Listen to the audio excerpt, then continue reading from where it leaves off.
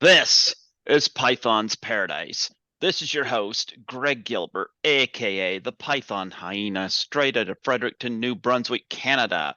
And folks, here we are on June the 14th, 2023. And I have a couple of return guests, a couple of people that have put up with each other their whole lives.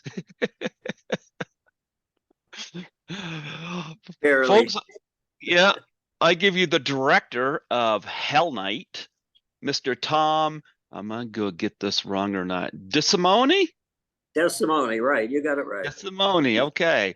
And we're gonna be joined momentarily, folks, by his brother Bob DeSimone, who of course we'll know as the drugged out ambulance attendant in Friday the 13th, Part 5, A New Beginning. And love Hell Night and A New Beginning, but you know what? Those two individuals are not involved in both of those films, but they are involved in a few films together, which we're going to be talking about, So, and of course, Chatterbox being a major subject, because I understand both of you are a couple of Chatterboxes. We are a couple of Chatterbox. We can be, yeah. Yeah. Yeah. How are you doing, Tom? Huh? I'm good. That was Bob's first film. He had come out here. He was doing stand-up comedy. And I thought if I could get him a sidecar, it might help him, So we had a very small part, really small part at the end of the film. And I convinced the producer to let me throw it his way so he could get a sidecar. And so it worked out actually well for all of us because he was liked in that film as well. There you go. Well, of course, I was going to ask how you're doing because I know you had some health problems. I got my phone. I'm sorry. Oh, there you go. Yeah, folks, and we are still waiting on Bob. Doing already. Sign on. Yeah, there we are. He sent you the link on like in Messenger. Just click on it. There you go. Yeah, we were discussing doing this. I sent it on the one that had the where I sent to you both on the group. He can't find the link to get on. He said, "I'm sorry." But just a minute ago, I click on to see if he was in.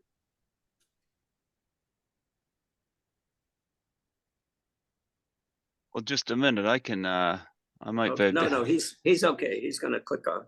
Can I hang up, or do you want me to wait? Okay. Just a second. I'll. I thought I'd be the one to screw up because I usually am. Are you saying your brother's screwing up? Well, he said he was waiting for you to send him the link. I think he was thinking it was coming in email. I told him, I said, he sent it last week when we had that long discussion. So, yeah. Oh, boy. That's okay. Tell him I'm going to send it to him in Messenger. Well, I hung up already. He said he'll find it. So, yeah. He'll find it? If he calls again, we'll just tell him we're done. So. No, we're not going to let that happen. No, his wife is there. She should be able to help him. She's very savvy with the computer. So I thought I'd be the one. I usually have a problem because I like to set it up on my iPad instead of sitting in my office. It's comfortable in the living room. Well, I sent it to the one where I had both of you in the yeah, exactly. Because I mean, you both responded on there, so I figured that my problem is I had to send that link to myself in email. And then I opened it on my iPad in email because I was having trouble on the iPad from my messenger in Facebook. So I don't know. It said device may not support. And I thought, well, I'll try sending. I did tested all this. I didn't wait till 5 minutes before to test it, as you can tell. Well, he is dragging, isn't he? Bob is dragging. He is the younger one of the He's the younger one, yeah, by 7 years, yeah. Yeah, so he's dragging. Maybe he might get on. Well, Yeah, tell him I sent it to his messenger. he said he sent it to you in Messenger just now. Yeah, on Facebook. Huh?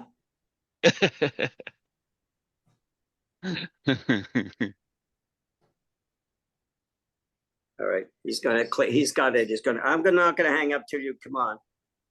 There we go.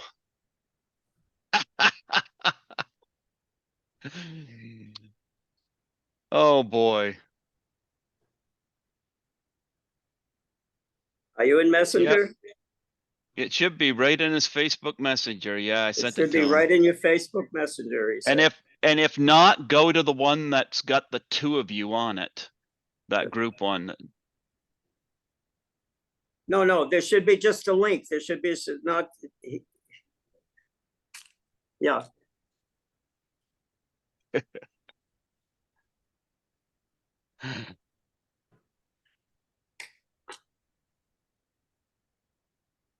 Yeah. Yeah. No, forget all that. It's right at the top of the messages when he sent all the different countries. Ignore all those. Just there was a link, and then there were the countries, and then there was if in case you needed the ID and the password, that was at the.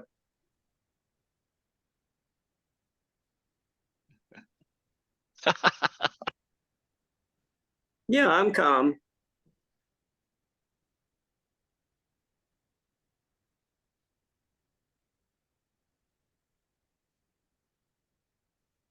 What?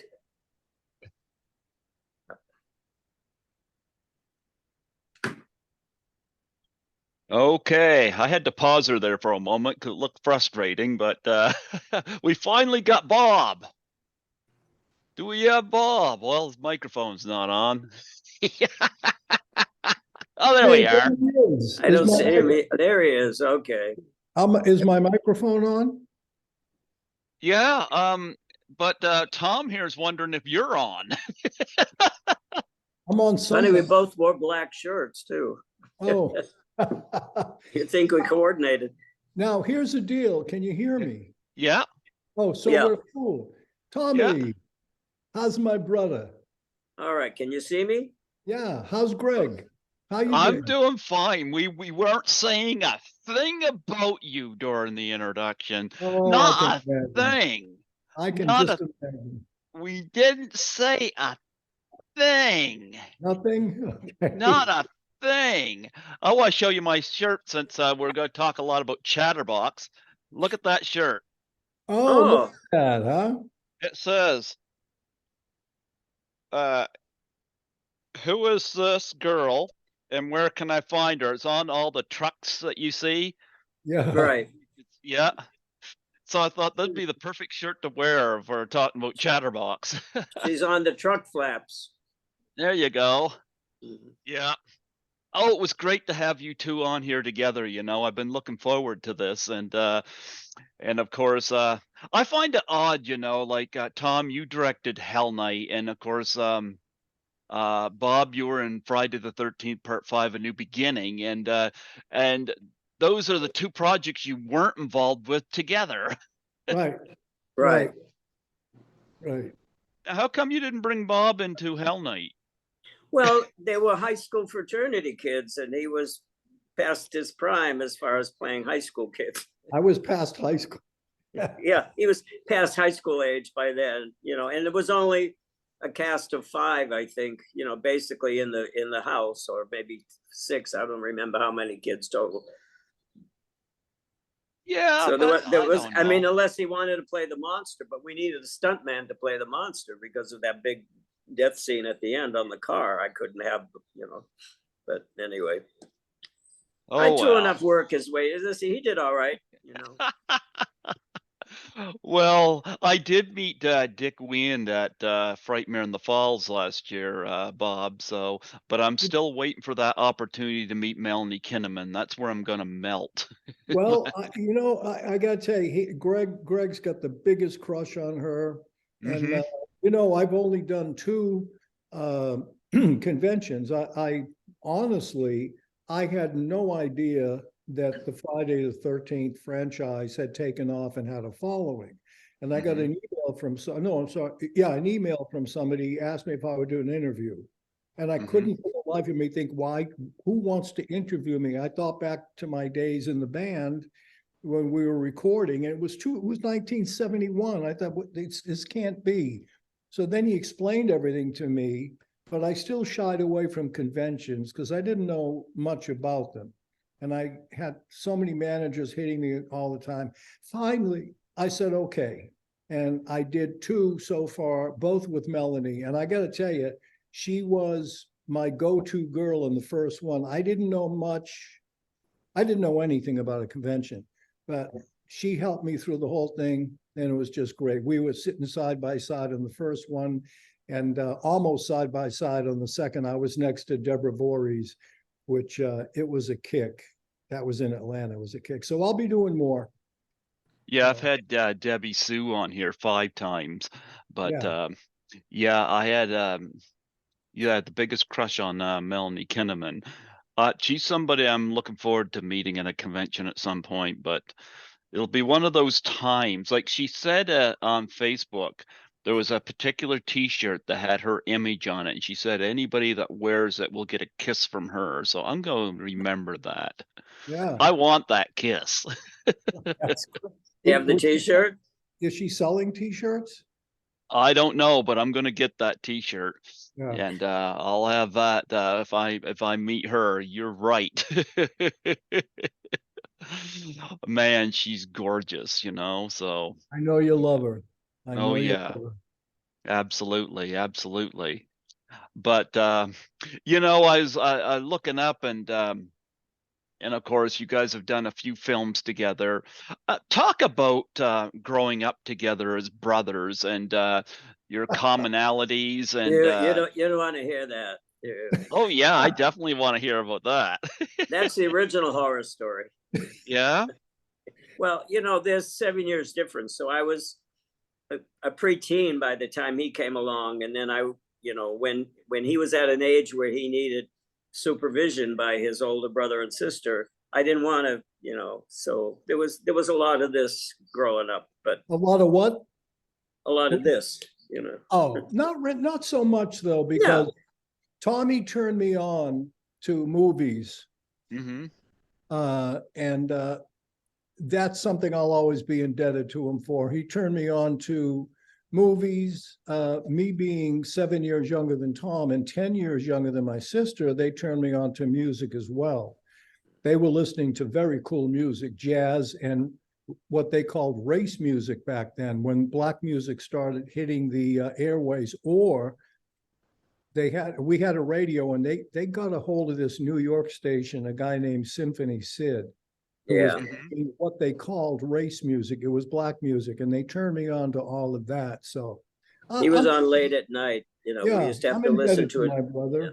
Something interesting, Greg, is I have an 8mm movie. One of the first times I used Bob in a film is I made this horror movie when I was just about 11 or 12. I had 8mm, and I had a little splicing machine, and I used to make these movies in the basement. And Bob played it was like a dead body on a table brought back to life, and we had all these flashing lights and a record player spinning around to look like, and he comes to life and destroys the studio, knocks over and then I had a claymation model of a dinosaur wrecking a city or something like that. But I still have that film. I should score it and put titles on it. I have to tell you something else. My brother, when we were a pretty wild and crazy Italian family, both sides. Mm-hmm. So at the dinner table, as crazy as the house was, if you wanted to get up from the dinner table before everyone was done, you did need permission. So it was a big time every night dinner. Tommy would be at the end of the table, and he would tell a story. And like most Italians, he would get up and be acting out the different characters in his whatever he went through that day, and had us in hysterical laughter. And it was like that with me as well. I picked up a sense of humor. The whole family had one. So we had a great time at the table. Yeah, that was where we all got together and shared stories and stuff. Yeah. And my stories were usually about parochial school, the nuns, and I'd get up and act it out. And but yeah, there was no censoring at the table, One time we were in Boston together, went to the movies. And after the movies, we had about $5 left over. I'm going way back. And we bought this giant hypodermic needle. I mean, the thing was, the syringe was this long and the needle itself was that long. And they had a T-bar thing, okay? And I was playing drums back then. They were down in the basement, which was turned into a playroom and all of that. So I would always be down there playing my drums with the stereo blasting. And my mother would come down to do a wash or whatever. And with the music blasting, she'd wave to me and I'd wave back. Well, when we bought this needle, we used to do anything we could to blow our mother's mind. And we had this thing all planned out. So she came downstairs to do a wash. I'm playing, she waves. I reach back and I flip the stereo off, dead quiet. And I jumped up, threw my sticks and screamed, I need a fix, I need a fix. And I hit the floor and I started convulsing. She screamed, ah! She went fucking crazy. Next thing, he comes out of the back room with an overcoat and my father's fedora pulled down over his eye and starts pumping my arm with this needle. And she had a seizure. I mean, she just lost it. Okay. That night at dinner, she said, did you tell your father what you kids did today? And my father was sitting at the table. He had arms like Popeye. He just looked at us like, please, you know. So we had to explain the whole thing. And I could see him trying not to laugh, but he had to give us a talking to. And of course, that night we had to throw the needle away in the trash. Yeah. That was her big fear about him because he was a drummer. She was worried about smoking funny cigarettes or worse. Or becoming a druggie. Yeah. Yeah. Well, cheers, Ma. Well, you were a druggie in Friday the 13th Part 5. And beyond that. Yeah. Yeah. But nonetheless, you mentioned the nuns. Did they ever beat you with a meter stick like they did in the Blues Brothers? No, I was the opposite. I was the good student. They liked me. I liked them. I enjoyed school. You know what? My parents were both at work. And every day I would stay after school, especially junior high and high school, because the nuns always had creative projects they wanted me to do, like artwork and posters and stuff. And I enjoyed that because I used to get a little praise from them, which I got very little at home. So I just became one of those students. Plus, I was a good student. I was always an honor student, and I was class president and editor of the newspaper and on the prom committee, all that nonsense. You know, I enjoyed school, so I stayed there, you know. Unlike Absolutely. my brother, who was mostly interested in sports, you know. Oh, I thought you was going to say, unlike your brother, who did meet the meter stick a number of times. Well, he left the nuns after a while. Yeah. Oh, I got slammed around, boy. I got slammed. Forget the stick. One nun grabbed me by the necktie and threw me right into the blackboard. I wasn't paying attention. She asked me a question. And it was so strict that you had to stand up every time you spoke, you stood up. And if you didn't know the answer, you didn't fool around. I said, I don't know the answer, sister. And she said, could it be that you were looking out the window? Yes, sister. And she ran down, grabbed me by the tie and threw me it was syllables. She was explaining syllables. And she threw me into the blackboard and went over the thing with me, made me sit down. Now, then I went back to my seat. This was like maybe fourth grade. And I undid my tie because she killed me when she pulled me. And I thought I could make it. My sister used to do my tie every day for me, and I couldn't. I didn't know what I was doing. So she made me go in the coat room with the girl to make my tie. I mean, they did everything they could to mess with your head, you know? Yeah. Yeah. So I told my parents I don't want to go back there. So I went back to public school, which was fun. So Rebecca Wood Sharkey never did that to you? Say that again? Rebecca Wood Sharkey never did that to you? No, she never pulled my necktie. Who's this Rebecca anything. Sharkey who's this girl you keep talking about? I don't know. She's the girl that played Lana in Friday. Oh, okay. Yeah, the one he was waiting for. Lana, where could she be? Always late, you know. Maybe the nun should have went after her, you know. I don't know. Does she So do any I convention? I don't know, not that I know of, you know. Yeah, yeah. Yeah. But I was gonna say, you know, when you guys say you went to movies, what movies do you guys remember seeing together? Well, we didn't often go together. When he was very young, I would take him to things like Bambi or stuff like that, or House of Wax to freak him out, you know. But 8 years old.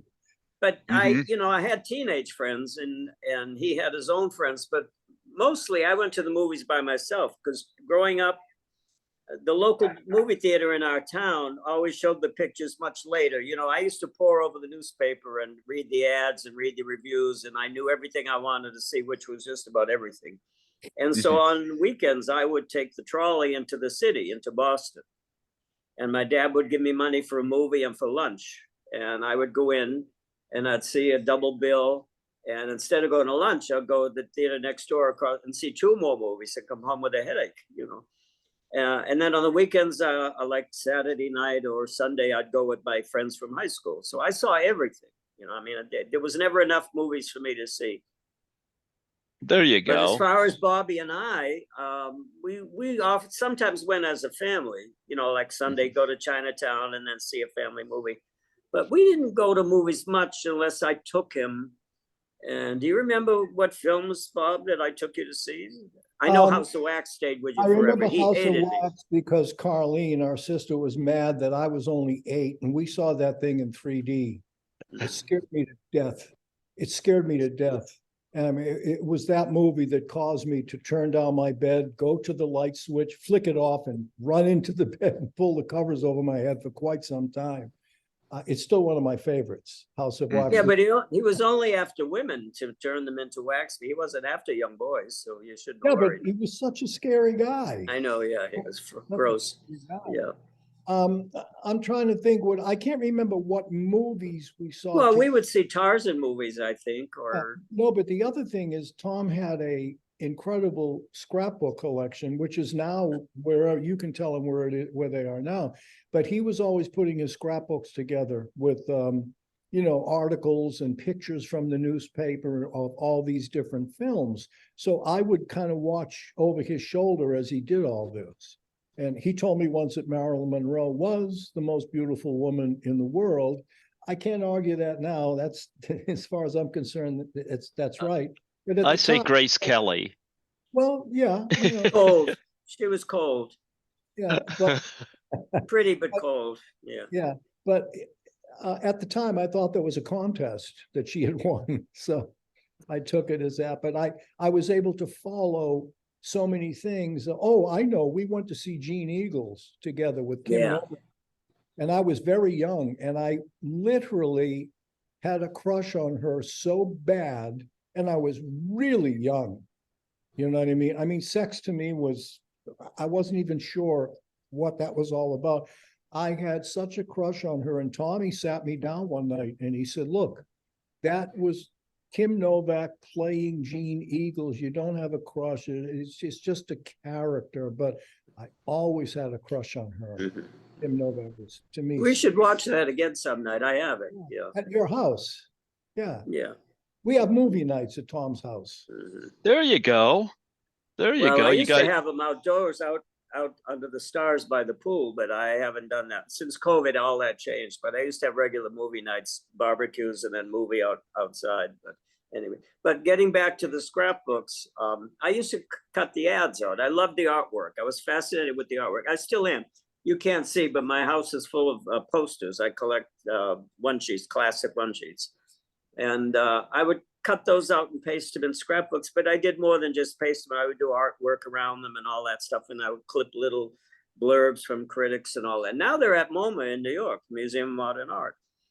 12 of them. So Mom used to say it isn't natural. It is. I wish she was around to see how unnatural Was it it is natural? now. Mhm.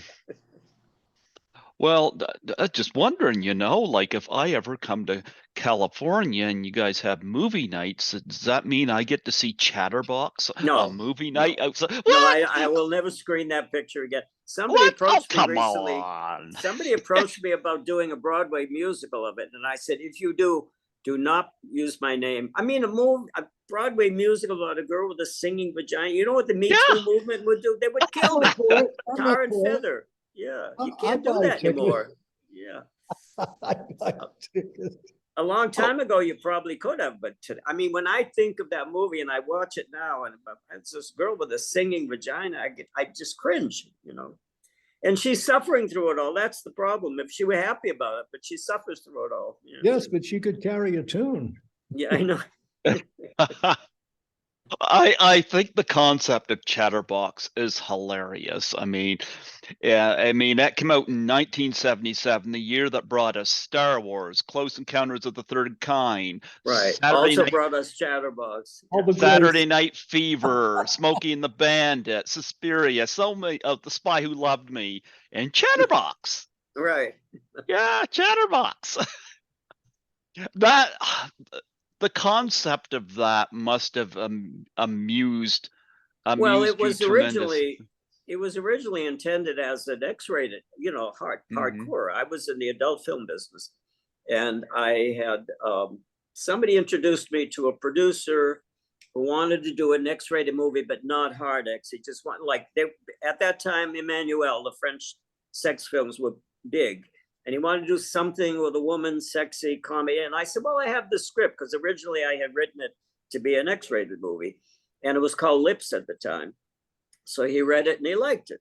And then, of course, he started shopping it around, and the money people said, yeah, but we can't go as far as the script, you know. So we just cleaned it up a little bit. I mean, it was based on a dirty joke, basically, you know. So anyway, so that's how it came about. And I got to meet Professor Irwin Corey on the set. That was the fun. what? If you remember him in that film, Professor Irwin Corey, the world's foremost. Oh, geez, yeah, he played the talk show host. Yeah, his scenes were cut way down because they rambled on and on. You know, he couldn't stay on script. He would just ramble, and you know, a lot. Same thing with Rip Taylor, who played the hairdresser. They couldn't stay on script. You know, their whole shtick was getting laughs, and he said to me, they're not laughing. I said, it's the crew. They can't laugh. We will hear it. I said, just do the lines, you know. But Rip Taylor was all upset because they'd go through the whole scene. He said, nobody laughed. I said, they did, but there was. That reminds me of Rodney Dangerfield when he did Caddyshack. He had the same experience. People weren't laughing, and Harold Ramis had to say, they're used to working off of, they get feedback from the laughter, and they weren't getting any, you know. I still feel that any good stand-up knows what it's like to do funny shit and not get a laugh. Everybody bombs once in a while. They should know, yeah. Yeah. Yeah. Well, I wanted to ask Bob what it felt like whenever Tom approached you to be part of this movie. You know, did he tell you what the concept of it was first, or did you just? He would throw me a couple of pages and go, "Here, this is your part." And I go, "You got anything bigger?" He goes, "This is it. You can do this. It's easy. Do it." So that was it. Well, in Angel, he actually played me. He played me in Angel. You've seen Angel, right, Greg? Yeah, are you an angel? He plays the porno director, and he's very good at it. He stands out. Everybody remembers those scenes he does. Yeah. And he let me improvise. Like I did in Friday. I improvised. Andy Steinman just said, "Do what you want" when the cameras roll. So it was a lot of fun for me. I wasn't concerned with anything. And Danny was involved, of course, in the adult film business too. Obviously, from Friday, you could tell. Well, he was quoted as saying it was a porn film. Friday the 13th was a porn film with the X cut out. But yeah. Yeah, I heard all the stories from Melanie Kinnaman about she wouldn't do nudity, and then when they did the rain machines on her, you could see through her shirt, and she was like, okay, now she knows what they're doing. Yeah. But nonetheless, I was going to ask about Candace Rylson from Chatterbox, of course. Yeah. She was a sweetheart. You know, it's sad she died so young. She had a big following, and she had done a picture called Hollywood Boulevard before. Love that. Yep. Yeah. And then afterwards, she had a very small part in some big sci-fi movie, very big sci-fi movie. I can't remember what it was called. It's where when they reach 30, they have to disappear or they die or something. Do you remember that? It takes place in the future and everybody's young and beautiful, but then when they reach 30, they disappear. They have to be taken away. And you don't remember that film? God, I wish I could remember the name of it. I'm just trying to look it up here right now, but because I know I think Jude Law was in it. No, he would have been too young then. Oh, Logan's Run. There you go, Logan's Run. Logan's Run. Okay, yes. Logan's Run. How can I forget that? Yep. But yeah, Chatterbox, of course. You were both involved with that. And do you remember I want to know, what did your parents think of that? They never saw Chatterbox. You weren't going to let them see that? No, I didn't promote it or anything. My mother was actually able to go into the theater and see Hell Night. I think that was a picture she saw. Chatterbox it opened in Boston at the Astor Theater. And I had an uncle who shares the same name. His name is Tom. And he knew that was my film and he went to see it and he loved it. But I didn't tell the family to rush out and see it because I thought, oh, that would have been an awkward talk around the dinner table. Yeah, 12 years parochial school, and I do a movie about a singing vagina. That's my first big crossover film. You didn't invite the nuns? I should have, actually should have.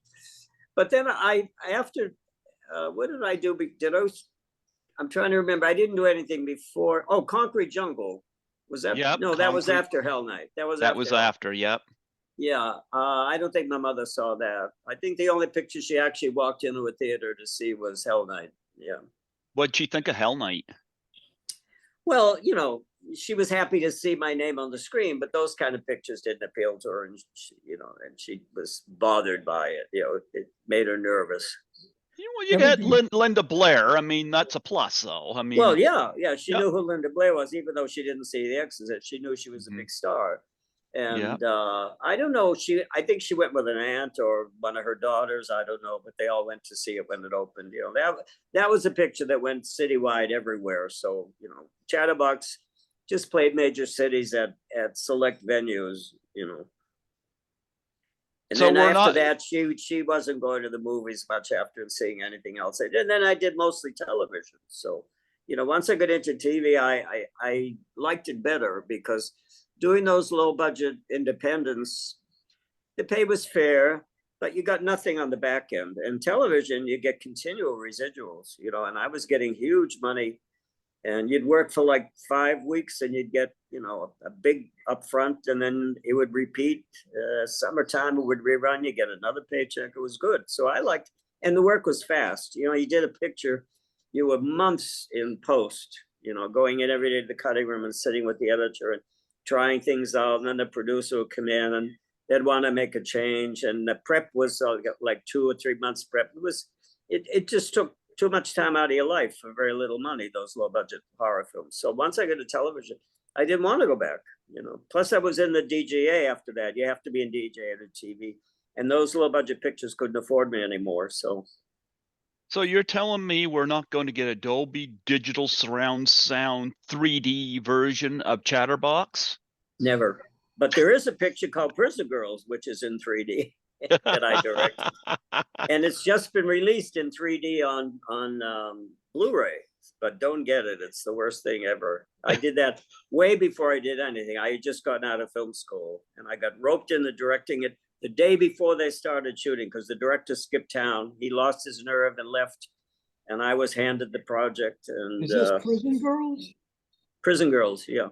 Oh, yeah. Nick got me involved in that. So anyway, so they gave me $10,000 to direct it. But I mean, I had no rehearsal. I didn't know the cast. I mean, it was all, I had to just jump in, and shooting was a nightmare because the 3D system they had with two 16 millimeter cameras facing each other on a rig with wheels on, and there was a glass prism that split the image.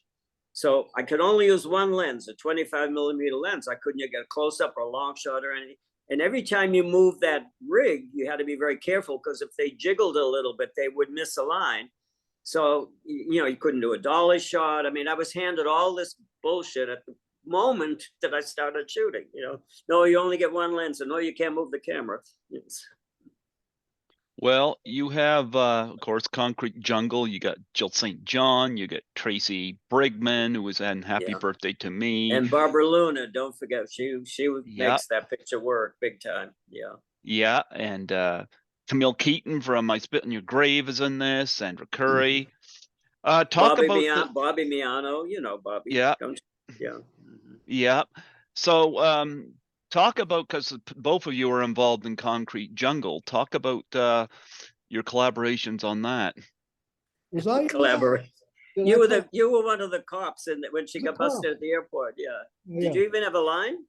Yeah, I think you'd have one line. Yeah. Maybe. Yeah. We didn't really collaborate, Greg. We didn't collaborate. I call it a collaboration. Yeah, sort of. Yeah.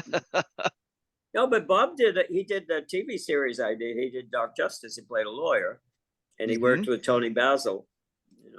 Oh, I've interviewed Tony Basil. I love her.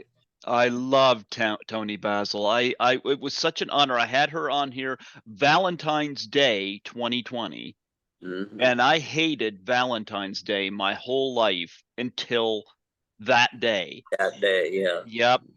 Because I remember we did 2 shows together. After I worked with her on Dark Justice, when I did Angel. No, I'm sorry. I worked with her on Angel, and then I brought her in on Dark Justice to play the fortune teller. Yeah. I love Tony Basil. That video for Mickey, I think, is the greatest music video I'd ever seen. Well, that's her big claim to fame. Yeah. Yep. And I like all of her music. I've listened to a lot of it, and of course I'm very familiar with that, but having her on the show here, wow, what an honor. And I went on her webpage and got 3 of her t-shirts, and because I couldn't simmer it down to 1. But what an honor it was to have Tony Basil on here. Yeah, love her. And of course you did Savage Street, where you had Linda Blair again. I've had Linnea Quigley on the show here too. I've actually met Linnea at Horrorama 2018.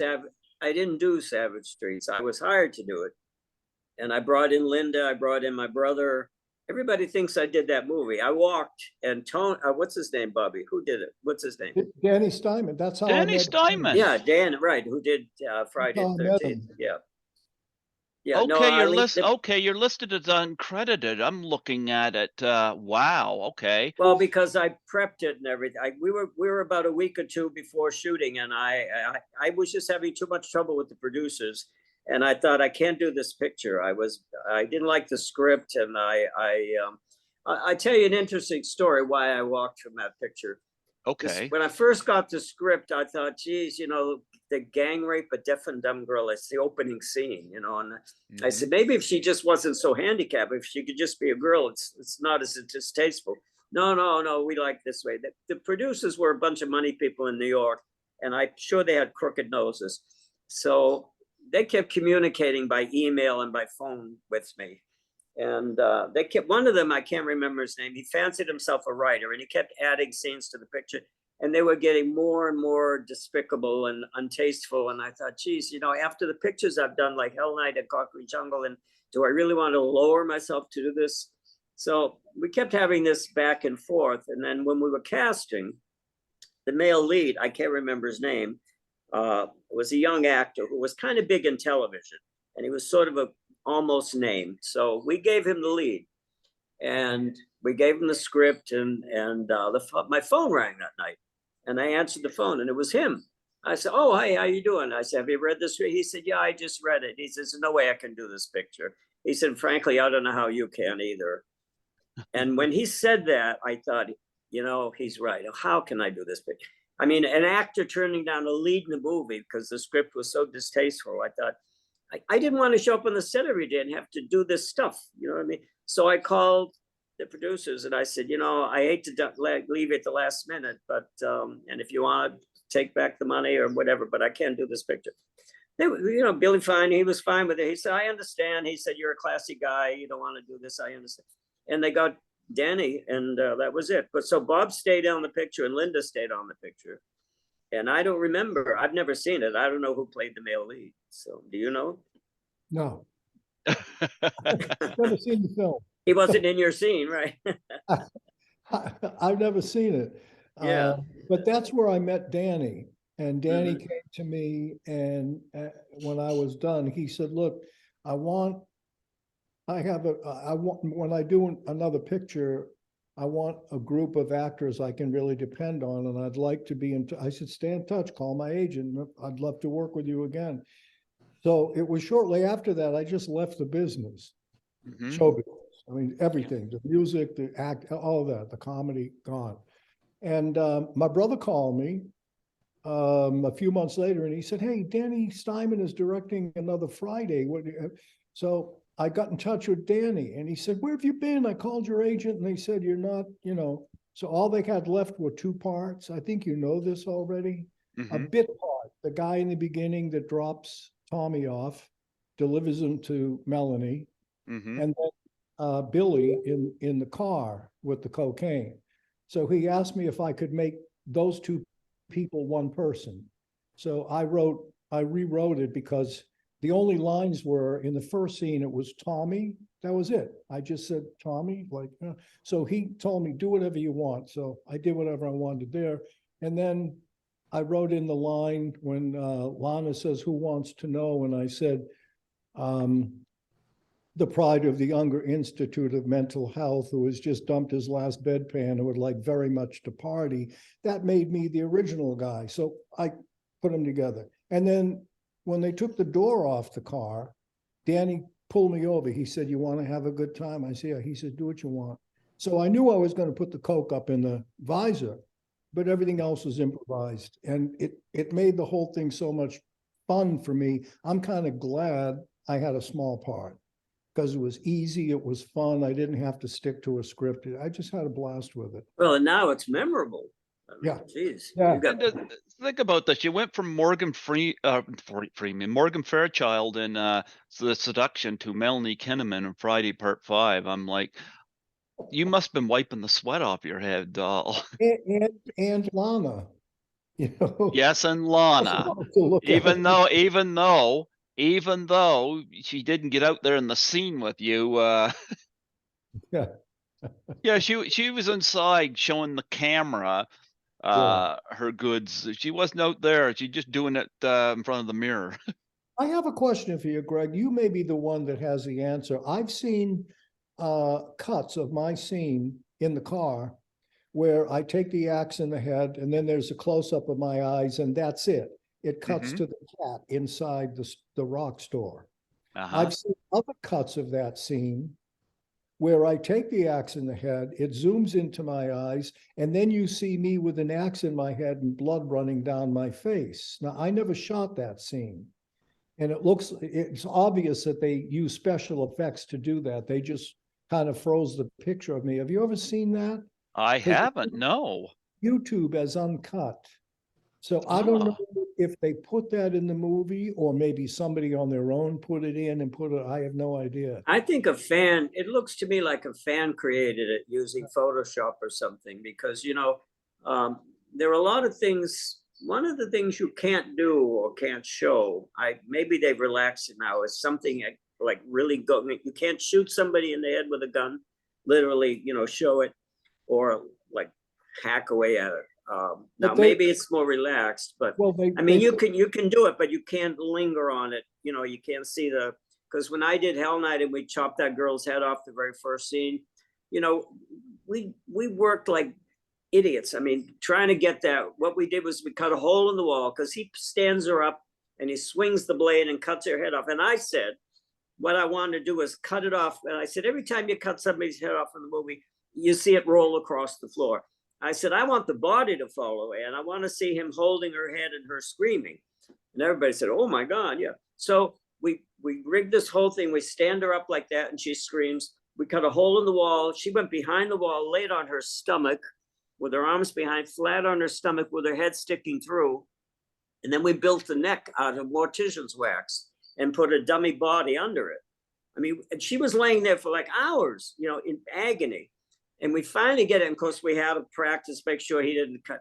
And he cuts the neck, the body falls away, and she screams. It was mind-blowing. They took it out. They just cut when the axe hits because of, maybe they, but you said you didn't film it. So no, I never filmed it. So it had to be created after the fact. The banner that's when I do shows, I think on my Facebook page, it's part of the banner. It's there. Yeah. And I see it all the time. And I always thought it was somebody did it outside the film. But then it showed up and it says Billy Uncut. So I don't know. Who knows? I'll never know, I guess. Yeah. Well, sometimes for European versions, they go a little further, but the studio still would have had to build it. If you didn't shoot it, they had to build it in special effects. Maybe that's how it came about. Maybe, yeah. I mean, I'm sure they. But I wish I had the outtakes of that thing we rigged. And somehow the editor never saved that footage, and I could have killed him because I would have loved to have a little, just that piece. After all we did to create it. Yeah, absolutely, absolutely. Angel 3 as well.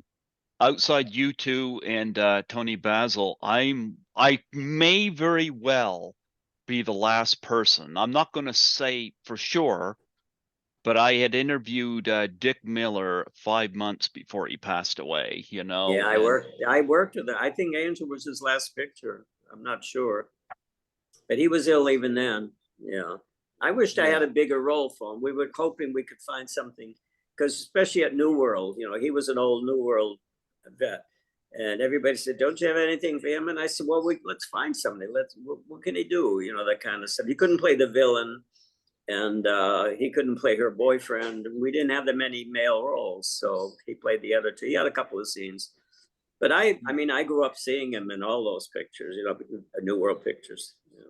Yeah, I was very, very lucky to get him on when I did, because I didn't have him on my list of people to reach out to. And I just noticed that he was doing a lot of the cons. And I was like, wonder if he would do my show. And I reached out, and his wife, who was in The Graduate, had responded. And the answer was yes. And had I waited, I would not have gotten that opportunity. I feel very blessed, and he gave a great interview, and so did she. So had them both on. Who was his wife? I don't know his wife. Lanny Miller. She was in The Graduate, the scene where they go to the topless bar. She's the woman that had the tassels on her nipples twirling around. Yep, that was her.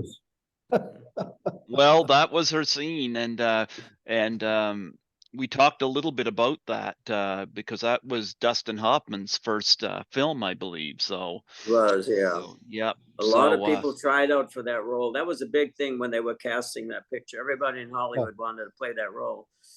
Yeah, I had actor friends who were furious when they didn't. And of course, they all said, the guy they cast is so ugly, So, yeah. Dustin Hoffman, he only became one of the biggest stars, but he was unknown, And he has such range, Dustin does, going from that to Midnight Cowboy, two totally different roles, Greg, did you ever and Rain Man, Did you ever see Straight Time?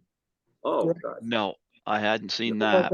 I'll tell you what, my brother was always good at things like calling me up and saying, you got to come see this film with me. Because he'd see a film 2 or 3 times. That's his thing.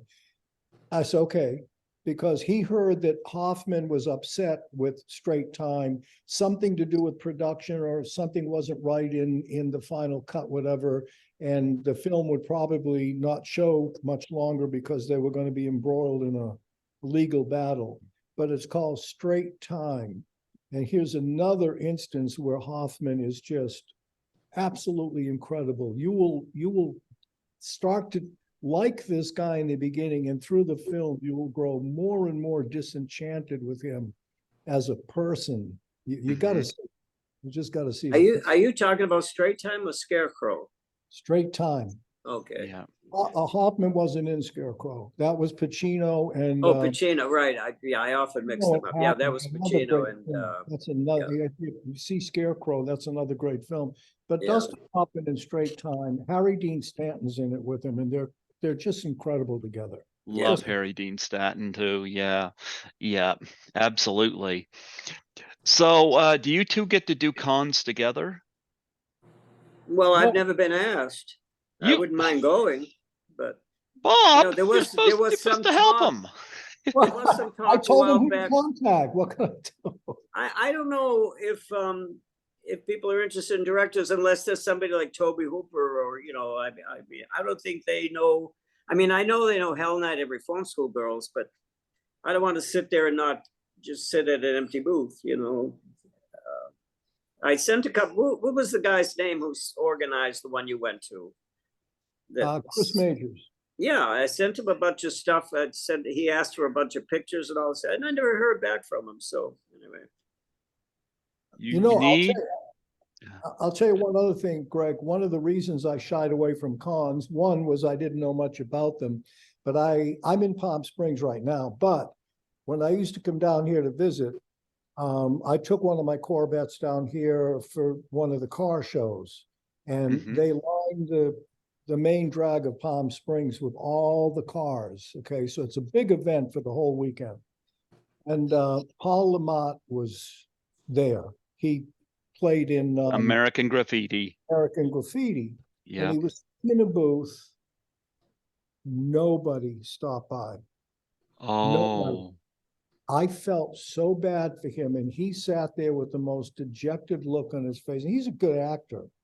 Yes. And it just wasn't happening. And I thought, oh man, I don't want to go to a convention and be sitting there. yeah. But it didn't. I mean, I got a lot of action, met a lot of people, signed a lot of autographs. So now I enjoy them. I also enjoy being flown places and having people. Well, Greg, I'll go and I'll set up my booth next to Bob because he always draws a crowd, and then he can point to me and say, "Visit my brother next door." Listen, you guys need to do the Chatterbox convention. You need, no, I don't, I'm just making that up, but you guys need to get like Blu-rays of Chatterbox and He's got it bad. Huh? You got it bad for Chatterbox. Yeah. Actually, I got it bad for Melanie Kinnaman, I'll tell you. God, as soon as we're done, I'm going to get in touch with her. Oh my goodness, man! Yes, Melanie Kinnaman. I'd like to. Melanie, right? I've had Melanie on here a couple of times. I want to get her on Zoom so I can look at that gorgeous face, But I haven't met her yet. I'd love to, though. She's a sweetheart. Yeah. Yeah. No, but I've been doing the con since 2017. I got invited by Lisa Langlois from class of 1984. She invited me, and I've done 2 with her, and I plan to do another one with her this fall in Niagara Falls. And so I'm looking forward to that. And I often do them with her and assist her at her table. But yeah, I enjoy them. They're definitely a different atmosphere, and met a lot of great people. Last year I met Caroline Monroe, who I've had on here back in 2016, but meeting her was such an honor, and is Linda still doing them? Do you know Linda Blair? I heard she is. I haven't had her on here either. She's hard to reach anymore at all. I tried this past year, I tried emailing, sending messages. Then her personal secretary said, "Oh, Linda would love to," and I sent him all kinds of information, and I just never heard back from him, which surprised me. And even Bruce, the producer of Hell Night, said he had the same problem. She just kind of like shines everybody on now for some reason. I don't know if she was still doing those shows. She's totally wrapped up in her animal thing now, her animals and her charity and all that stuff. And I think if you want to meet her or talk to her or do an interview, you have to make a donation to her animals, and then the door opens. I offered to do that, and the person that responded asked me how much I was willing to donate. That bothered me because it's like, first off, I'm not rich. Number 2, be thankful I'm willing to make a contribution. Yeah, exactly. I won't go cheap on it, but Mhm. what do they mean? How much? Like, Yeah, well, it's like I'd be happy to make a donation, but at the same token, it's like I Well, got my own basically, she's asking you to pay for the interview, and I was trying to get her. It's a fella in Germany. Well, maybe you know him, Marco Siedelman. Do you I know don't know Marco? him. Well, I mean, he's doing a book about my career and all that stuff. And he, Barbara Luna, Jill St. John, what's her name from Reform School Girls, Sybil Danning. They Mm-hmm. all willingly gave interviews, and he really wanted Linda because she was the biggest name. I just couldn't get through to her, and I said, he'll send you, you don't even have to do the interview. He'll send you the questions. You can jot down the answers, which to me is much more time consuming and work intensive than just answering questions one-on-one. You got to, compose it and write it. I mean, she could have dictated it to her secretary. And I told the kid, I said, this guy's doing a biography and he just wanted to talk to some of the actors I've worked with. And everybody else said, sure, I don't care. And she just never responded. So, I mean, even Bruce, the producer, gave him an interview. So I haven't had Sybil Danning on here yet either. I'd love to though, but it hasn't happened yet. oh, she loves to talk. Just give her a call. Yeah, I'll have to do seriously. that. Yeah, Yeah. absolutely. Tell her I Well, told you to call her because we always have this strained relationship because of the bullshit on Reform School Girls, how she kind of disappears at the end of the movie. Everybody said, what happened to Sybil? She just said, because I had to let her go at the last minute because she wasn't cooperating and it was bad. So we've since then buried the hatchet more or less, but I think, so. yeah. Well, you know what? It was wonderful having you two come on here today and talk, and I'm glad that you're out of the hospital. I noticed you don't have a hole in your wall anymore. Mm. Because I No, I remember was when, in the hospital 2 weeks ago again. My brother made me go. So, well, he called me. We all went out to dinner with a bunch of friends. yeah. Okay. So I had a few pops and I'm feeling good. And I came home. Mm-hmm. Lisa went to bed. I smoked a bowl. Now I'm flying. Okay. I get ready for bed. I sit down on the edge of the bed. My cell phone rings and it's Tommy. This is like midnight or something. no, it wasn't that late. It was Oh, much early. We went to dinner at 6. We were home by 8:30. I was up working on the computer. oh, I had anyway. I had chest pains and I didn't know if it was serious. He's my person I have to call when anything isn't right. So I called him and I said, I said, I don't want to upset you. But I said, I'm not sure what to do. I'm having chest pains and so all this So stuff. I said, hang up the phone and call. Really? I said, call 911. Really? I said, Tommy, I can't do anything. It's going to take me 20 minutes to get there. And when I get there, I don't know what to do. Call 911. Okay. So he did. And I called him back and he said, they're here and they're making me go to the hospital. I said, well, that's good. Really? It wasn't good. It turned out to be nothing. It turned out to be gas. No, but the big thing, he's on his way getting a free ride. I'm in the car, stoned and a little tipsy from booze, and I'm trying to navigate my way. Is this okay to say this on your show? Go ahead. Okay, so I'm loaded. I'm trying to navigate my way to the hospital. Anyway, he was fine. Just some bad pasta. Yeah, but I had to stay the next day and they did 4 stress tests and all kinds of shit and stuck me full of needles and it was all nothing.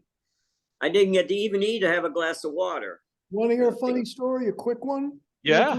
When it was in there with the original real heart attack, he's got all these tubes going in him. And while we were talking to him, the nurse took a syringe and in the, up top there, she just shot in some morphine. Okay. Because he was on it on a drip. So when they put it in, and as you know, I was in the hospital because recently I broke my shoulder. He got just that little wave of nausea that you get from opiates, right? It just, you know what he says? This line should be cast in bronze. He said, "Oh, if that was morphine, please, no more." Who says no more morphine? I mean, come on. Well, I told him, calm down. It wasn't a pleasant feeling. I got a rush I didn't like, No, but once that little wave of nausea passes, you're flying. Take some more. They'll never kill you. Anyway, Yeah. Greg has to go. He doesn't give a shit about my health. Greg, whenever I'm in the hospital and they ask me about my pain, it's always a 10 because they just give you a little more. That's all. I mean, how often do you get that stuff? There you go. Well, you know what? It's interesting too because you know, you could have been there. You could have jumped in the ambulance. Weren't you weren't you the ambulance guy on Friday? You could have showed up there Yeah. with your Well, Playboy he magazine. couldn't even find his way to my house that night. He was so loaded. So and I loaded. didn't want to go. They came in, they gave me an EKG, they gave me they did my blood pressure, they put a drip in my arm. I felt fine. I kept saying, guys, I'm okay, I'm okay. And then the guy, he printed out the EKG and I said, well, is it good news or bad news? He said, well, it's not bad news. I said, then it's good news, right? He said, well, actually, it's no news. He said, I'm not getting much of a reading here, which should have told him my heart was okay. Or He you said, would maybe get. we should go to the hospital. They have been. I said, no, I don't want. I'm okay. They insisted to call an ambulance, and then I was in there all the next day and all that shit. So anyway, next time I'm just gonna try to fart, and it was just gas anyway. So Well, let's see. We've gone on that, we should end the I got conversation. one more from question for drugs to both. farting. I think we're closing out now. Drugs to farting. Out of the films you guys have done together, what's your favorite? Well, it isn't Chatterbox. Why not? Well, that's I was going to I say mean, Mr. Meeker, but Tommy didn't do that. He walked on that, and I did it. well, I think Angel for me is my favorite because his part was a good part, and I let him go. He played that character. He was very funny. I remember the crew laughing and everybody laughing, and those two scenes really stand out in the picture, you know, and they're funny. Yeah, funny. I mean, there's not much funny in that picture, and that's kind of like a little lift in the middle of the movie, you know. Okay.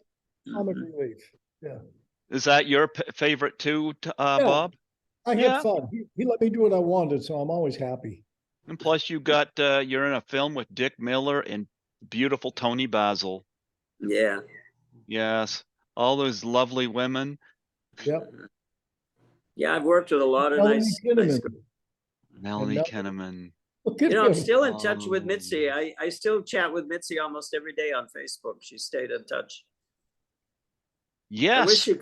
I wish you could get something going acting wise, you know. I mean, she had that series afterwards. She did that the thing down in San Diego that I forget the name of it. She played the detective, and I haven't seen it. She directed a documentary. She wants to get into directing. I guess she figures there's no acting stuff for her right now. So I wish I could help. But tell her to come on my show.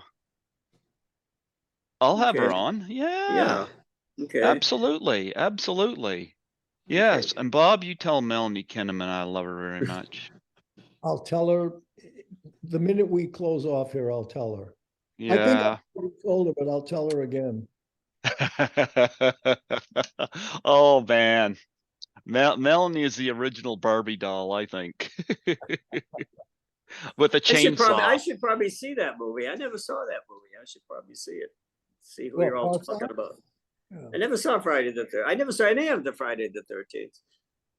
People are always surprised that I didn't see the whole, you know, when I did Hell Night. You didn't see? I said, no. You didn't see Halloween? No. You know. But you directed the greatest horror picture of all time, Chatterbox. Well, yes, that is a horror picture. It was for poor Candace. Yeah. Oh, yeah. We put her through hell. I felt so sorry for her, but I mean, naked on the set as many times as she was, you know, that scene where she appears before the AMA and she's, you know, the curtain opens, she's on that board naked with just a bunch of flowers between her legs. Oh, God, see, I couldn't possibly do a Broadway musical of that now. Yes, you could. Oh, you certainly could. There you go. Well, you know what? It was wonderful having the two of you come on here together today, you know, and very much appreciated. And I hope to meet you both at one of the cons at some point, you know. Sooner or later you will, I'm sure. I'm looking forward to meeting you. Well, yes, if he does one where I don't have to travel, I'll drop in and say hello, but I'm not going to fly to see it. I see him every day here for nothing. That's bad enough. Yeah.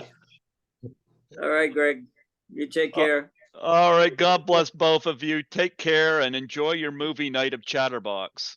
Thank Tommy, you. I'll see you later. Okay. Bye-bye. Later. Bye-bye. Bye-bye.